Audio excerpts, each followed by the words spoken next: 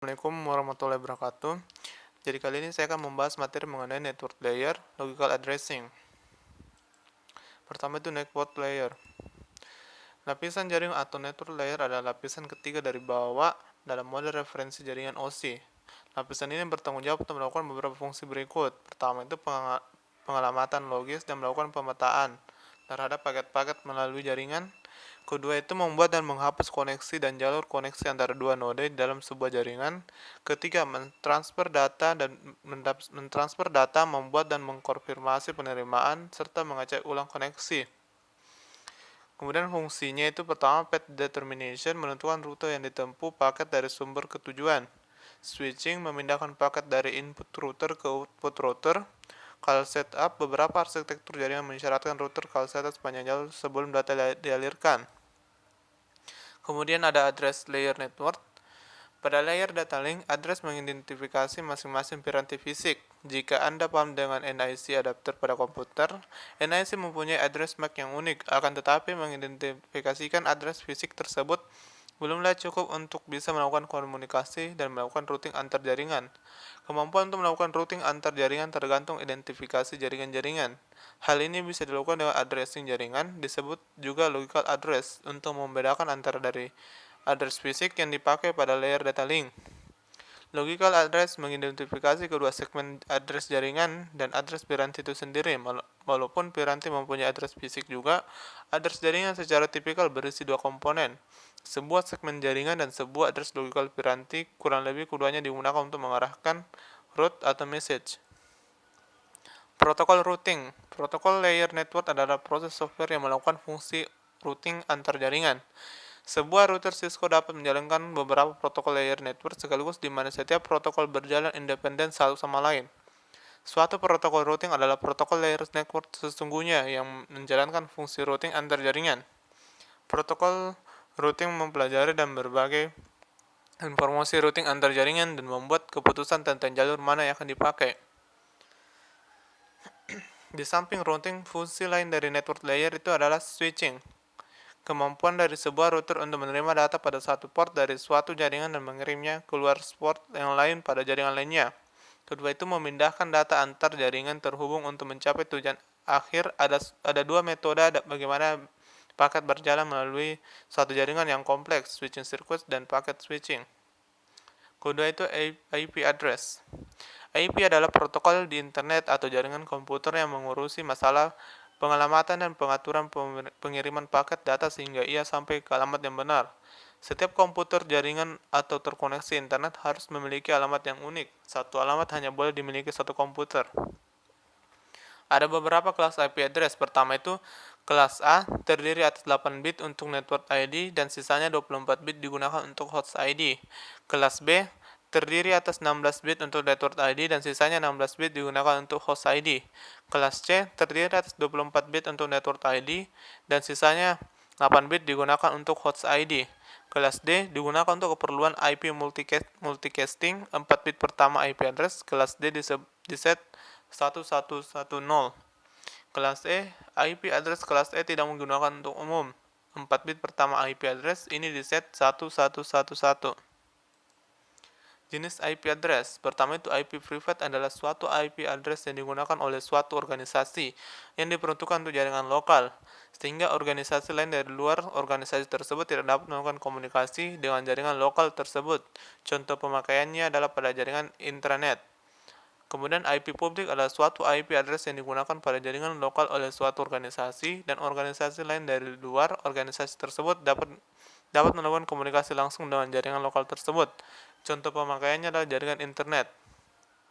Kemudian IPv4 dan IPv6. Internet Protokol versi 4 atau IPv4 adalah jenis jaringan yang digunakan di dalam protokol jaringan TCP atau IP menggunakan protokol IP versi 4. Panjang totalnya 32 bit dan secara teoritis dapat mengatasi hingga 4 miliar host komputer. Kemudian Internet Protokol versi 6 atau IPv6 adalah Internet Protokol yang akan menggantikan versi protokol Internet saat ini yaitu IPv4. Digunakan hampir 2 dekade. Alasan utama upgrading ke Internet Protokol versi 6 adalah karena masalah IP address. Menurut Internet, Mereka sudah habis alamat IP di kelas A dan kelas B dan sekarang ke kelas C. Mereka tidak punya pilihan lain kecuali mengupgrade internet protokol ke versi lebih baik dan tujuan konfigurasi IPv6 adalah untuk mengatasi masalah keterbatasan. Kemudian ada perbedaannya. Pertama itu dari fiturnya. IPv6 jumlah alamatnya menggunakan 32 bit hingga jumlah alamat unik yang digunakan terbatas yaitu 4 miliar atau lebih saja. Net hanya mampu memperlambat penggunaan tak berujung jumlah alamat IPv4 tetap saja karena pada dasarnya IPv4 menggunakan 32 bit sehingga tidak mengimbangi pertumbuhan dunia internet. IPv6 menggunakan 128 bit untuk mendukung 3,4 kali 10 pangkat 38 alamat IP yang unik, sebuah jumlah yang sangat besar dan lebih dari cukup untuk memecahkan masalah terbatasnya jumlah alamat IP di IPv4 secara permanen. Kedua itu pada routing, IPv4 kinerjanya menurun dengan ukuran pertumbuhan tabel routing, penyebab pemeriksaan sundulan MTU di setiap router dan hot switch. IPv6 dengan proses routing yang jauh lebih efisien dari pendahulunya, IPv6 memiliki kemampuan untuk mengelola tabel routing yang besar. Ketiga itu mobilitas. IPv4 dukungan untuk mobilitas dibatasi oleh kemampuan roaming saat beralih dari satu jaringan ke yang lain. IPv6 memenuhi kebutuhan mobilitas tinggi melalui roaming dari satu jaringan ke jaringan sementara yang lain masih mempertahankan kelangsungan sambungan. Fitur ini mendukung perkembangan aplikasi. Keempat itu keamanan. Meskipun umum digunakan dalam mengamankan jaringan IPv4, IPv6 header tambahan pilihan fitur pada standar IPv4. Kemudian IPv6 dikembangkan sejalan dengan IPv6. Header IPv6 memiliki fitur wajib dalam implementasi IPv6 standar. Kemudian itu kelima itu ukuran header. IPv6 ukuran dasar sundulan 20 oktet, sundulan plus ukuran pilihan dapat bervariasi. IPv6 tetap ukuran headernya dalam 40 oktet. Beberapa header IPv4 seperti identification, flags, fragment diimbangi header checksum dan padding setelah dimodifikasi. Keenam itu header checksum. IPv4 ada sundulan checksum diperiksa oleh masing-masing switch perangkat lapisan ketiga sehingga meningkatkan keterlambatan. IPv6 proses checksum tidak dilakukan di tingkat header, tapi end-to-end. Header IPv6 telah menjamin keamanan yang memadai. 7 itu fragmentasi. IPv4 forum setiap hop yang memperlambat kinerja router, proses menjadi lebih lama jika ukuran paket data melampaui maksimum transmission unit atau MTU. Paket patah sebelum dipasang kembali ke tempat tujuan. IPv6 hanya dilakukan oleh host yang mengirimkan paket data. Selain itu, ada fitur MTU yang menentukan fragmentasi lebih tepat untuk menyelesaikan nilai MTU terkecil yang terdapat dalam jaringan dari ujung ke ujung. Kedelapan itu konfigurasi. IPv4 memiliki sebuah host terhubung ke jaringan. Konfigurasi dilakukan secara manual. Kemudian IPv6 memiliki konfigurasi otomatis stateless di mana setiap sebuah host terhubung ke jaringan. Konfigurasi dilakukan secara otomatis. 9. Kualitas layanan. IPv4 menggunakan mekanisme usaha terbaik untuk terlepas dari kebutuhan. IPv6 menggunakan tingkat terbaik dari mekanisme upaya yang menjamin kualitas layanan.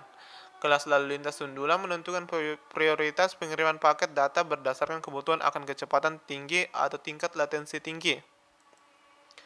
Kemudian kelebihan dan kekurangan IPv4. Kelebihannya itu tidak dapat mensyaratkan ukuran paket pada link layer dan harus bisa menyusun kembali paket berukuran 576 byte. Kedua itu pengelolaan routed informasi tidak memerlukan seluruh 32 bit tersebut, melainkan cukup hanya bagian jaringannya saja.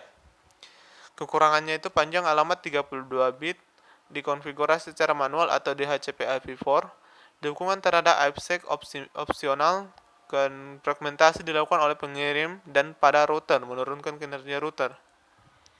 Kemudian kelebihan dan kekurangan IPv6. Kelebihannya itu format header baru, jumlah alamat yang jauh lebih besar, infrastruktur routing dan addressing yang efisien dan hierarkis, kemampuan plug and play melalui stateless maupun stateful address auto configuration. Terakhir itu ekstensibilitas. Kekurangannya itu operasi IPv6 membutuhkan perubahan perangkat keras dan atau lunak yang baru yang mendukungnya. Harus ada pelatihan tambahan serta kewajiban tetap mengoperasikan jaringan IPv4 sebab masih banyak layanan IPv6 yang berjalan di atas IPv4. Demikian materi yang saya sudah sampaikan. Mohon maaf jika ada salah kata. Wassalamualaikum warahmatullahi wabarakatuh.